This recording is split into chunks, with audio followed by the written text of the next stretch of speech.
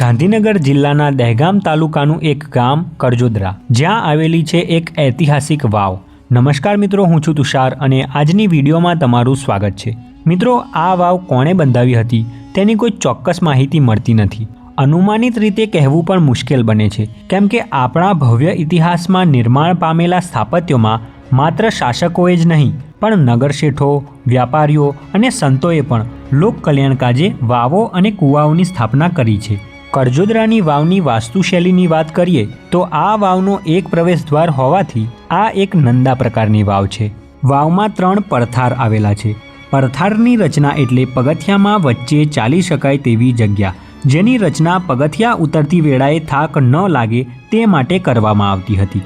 આ વાવમાં પહેલા પડથારમાં 2 માતૃદેવીઓ મહાકાળી માતાજી અને બહુચર માતાજીના સુંદર વિગ્રહો સ્થાપિત કરવામાં આવ્યા છે. પહેલા પડથારમાં જ વાવના ભાગમાંથી છૂટા પડેલ 2 શિલ્પો, એક ત્રિશૂળ અને બીજું 7 દેવીઓ અને તેના હાથ પકડી 8 બાળકોનું શિલ્પ જોવા મળે છે. વાવના ત્રીજા પડથાર પાસે કૂવો છે. આ વાવની બનાવટમાં ઈંટો અને પથ્થર બંનેનો ઉપયોગ થયો છે.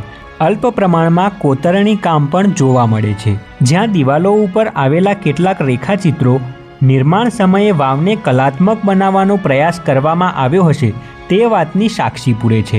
વાવમાં 3 મજલા અથવા માળ આવેલા છે.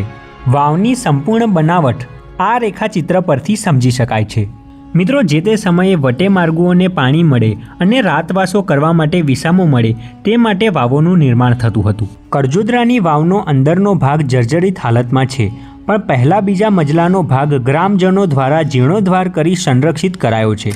તો બસ મિત્રો, આજ માટે આટલું જ. જો તમારી આજુબાજુ પણ આવું કોઈ ઐતિહાસિક સ્થાપત્ય હોય તો કોમેન્ટમાં જરૂરથી જણાવજો. એ વિષય પર આપણે જરૂરથી ચર્ચા કરીશું. જય શ્રી કૃષ્ણ.